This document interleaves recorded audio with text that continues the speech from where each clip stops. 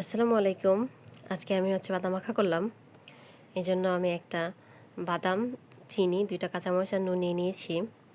এবার বাদামটার মুখটা সুন্দর করে কেটে দিয়ে বাদামটা ফালি ফালি করে কেটে নিব। এবার সুন্দর করে কেটে নিচ্ছি বাদামটা। বাদামটা এই যে কাটা শেষ। আর বাদামটারে খোসা দিয়ে ছোটোবেলায় কেকের টুপি বানিয়েছিলাম, কিন্তু এখনও বানাই।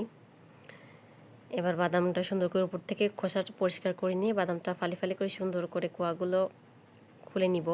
দেখতে পাচ্ছেন বাদামটা কিন্তু সুন্দরভাবে পরিপক্ক হয়ে পেকে গেছে, গোলাপি কালার হয়ে গেছে। এবার বাদামগুলো ছাড়িয়ে নিব সুন্দর করে। এবার উপর থেকে আমি সামান্য নুন, কাঁচামরিচ আর দিয়ে দিব চিনি। পরিমাণ মতো আপনারা চিনি দিতে পারেন।